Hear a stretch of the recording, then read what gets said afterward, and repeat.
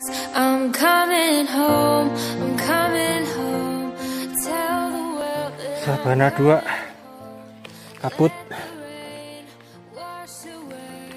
mulai gerimis.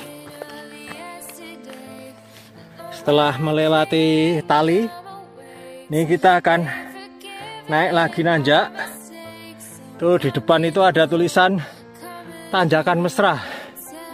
Oke, kita lihat seperti apa. Ini ceritanya dulu waktu pembuatan jalur itu ada sepasang kekasih yang ikut membantu. Terus mereka itu naik ke sini itu bergandengan tangan, layaknya sepasang kekasih. Nah, memang mereka sepasang kekasih, ya makanya diberi nama Tanjakan Mesra. Nih ketemu tali, semoga ini tanjakan terakhir, tanjakan mesra, tanjakan terakhir semoga. Dari tanjakan mesra ternyata masih ada satu tali lagi.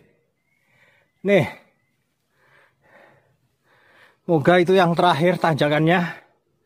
Dan ternyata masih ada tanjakan lagi dengan tali tambang ini. Wah, edan. Ini kabutnya mulai naik. Gunung Sindoronya mulai tertutup. Ini sudah sampai di Bongkeng Sunrise Camp. Tuh. Sepertinya enak ngecamp di sini. Nih.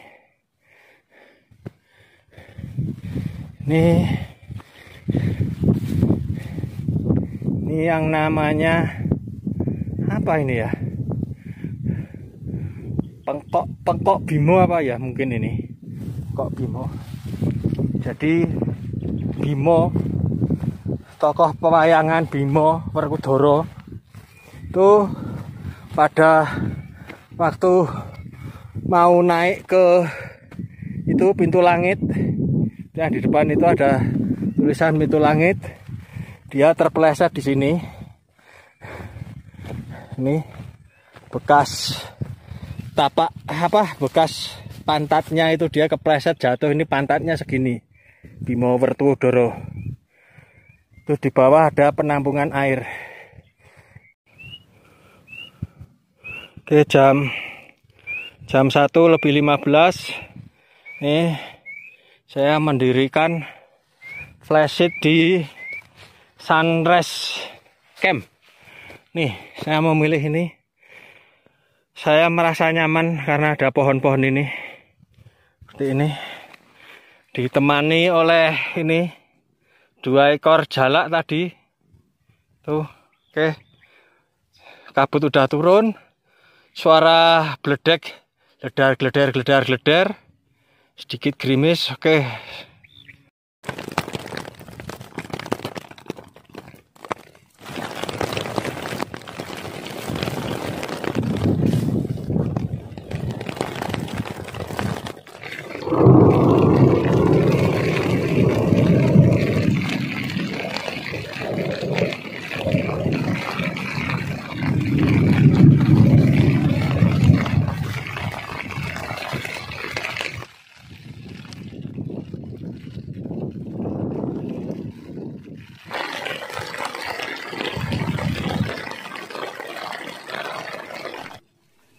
Sindoro!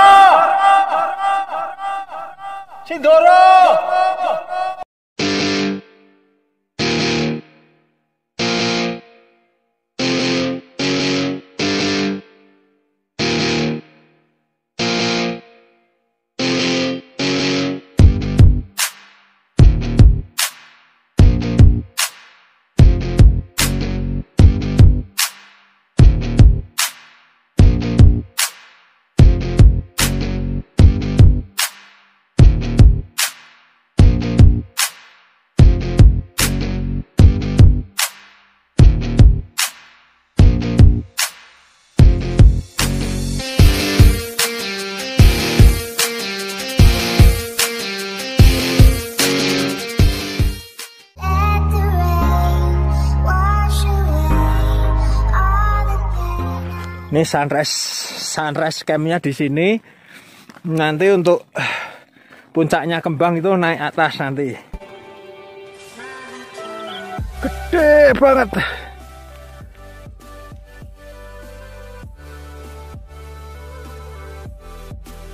Gara-gara melihat berita di medsos dan YouTube tentang banyaknya babi hutan yang berkeliaran di Gunung Kembang, saya jadi kurang bisa tidur nyenyak. Sedikit ada suara mencurigakan, saya akan terjaga dan memutar rekaman suara macan tutul.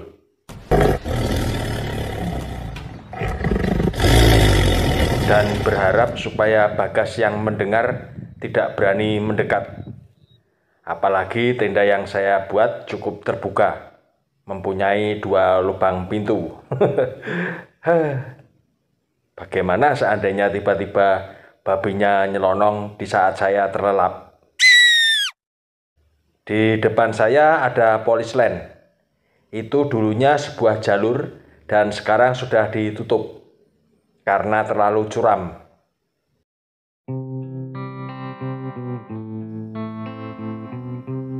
Dan beginilah pemandangan yang saya dapatkan dari pukul 5:30 pagi. Dan untungnya semalam tidak ada gangguan apapun. Dan untungnya semalam saya tidak didatangi oleh Bagas.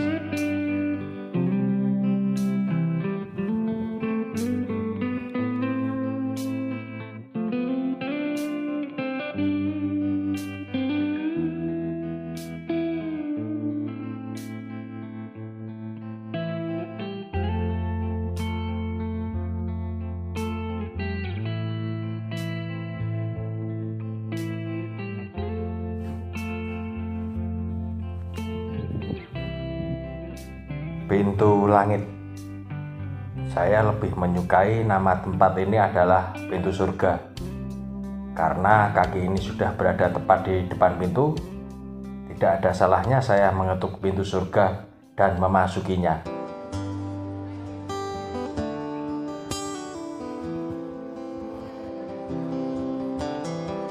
Yang semalam ya? Berangkat jam berapa dari bawah? 4:30. Basah padahal ya. Dari mana? Dari Semarang. Oh, Semarang.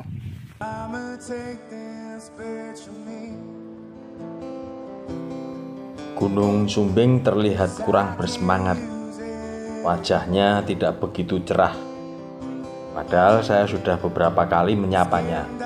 Dari jalur tembus via Lengkong pun dia tidak bersemangat.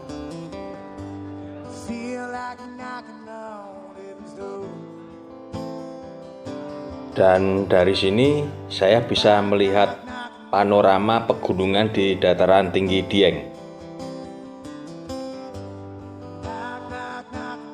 Dan apabila kita lihat ke bawah,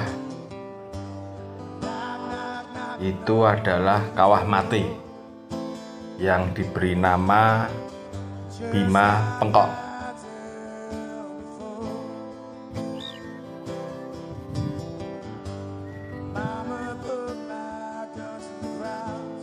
Di sini saya merasa seakan-akan sedang sekarat dan menemukan sebuah hamparan surga yang cukup nyata.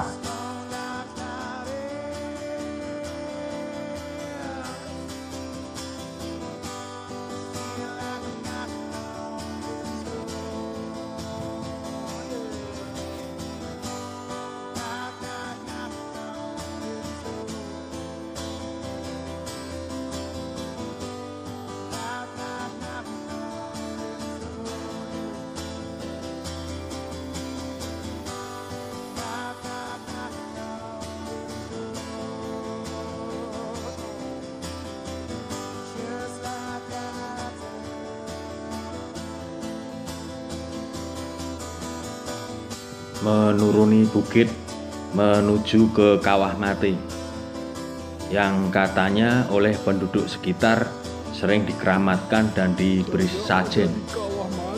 Yang penting niat kita baik dan tidak neko-neko. apalagi merusak alam. Pasti mereka akan menyambutnya dengan baik pula.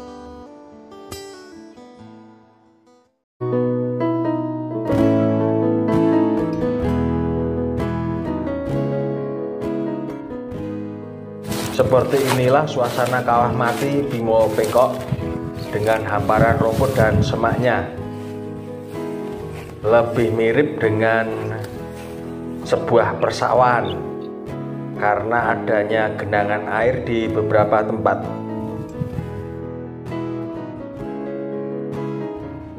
Pijakan tanah di sini terasa begitu empuk. Ini adalah tempat penampungan air hujan yang bisa digunakan oleh para pendaki jika membutuhkannya.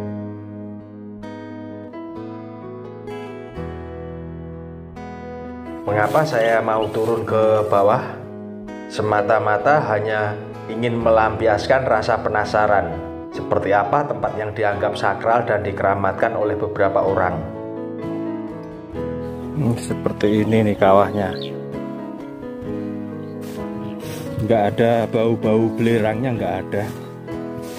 Tidak ada bau belerang. Kawah Mati Bimo Bengkok.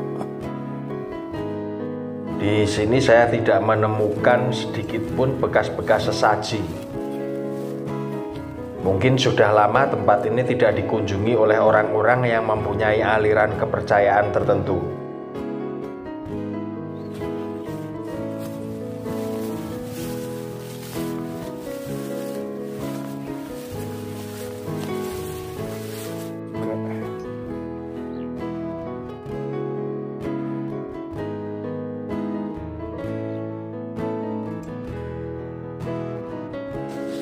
Entah mengapa tiba-tiba saya itu kok di sini itu merasa nggak nyaman.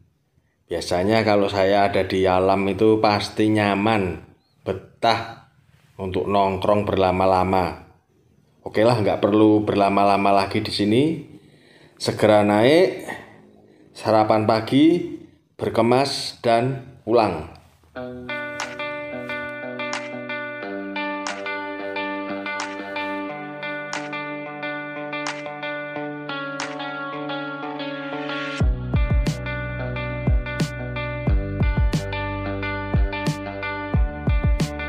Oke, naik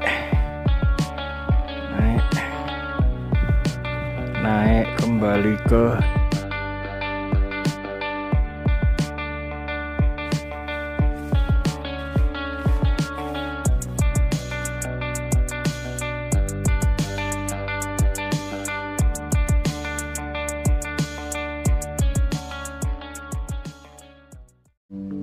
akhir dari sebuah perjalanan.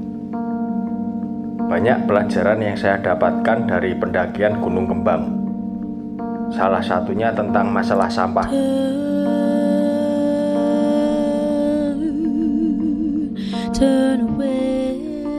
Tidak heran jika petugas memberikan peraturan yang begitu ketat tentang barang bawaan. Di sini kita dikontrol dan dicek ulang setelah turun gunung. Sampah akan dihitung lagi oleh petugas. Jika ada yang kurang, kita akan mendapat sanksi. Naik kembali dan cari sampah yang tercecer, atau denda Rp1.025.000. Tidak heran jika sepanjang perjalanan saya tidak menemukan sama sekali sampah di jalur pendakian. Salut untuk Basecamp Blembem. Salam nanjak.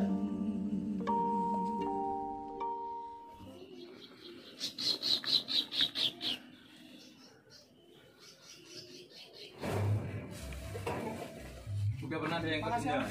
Kemana? Ini udah nggak, Mas? Udah total sama. Kalau kurang siap ya, Mas?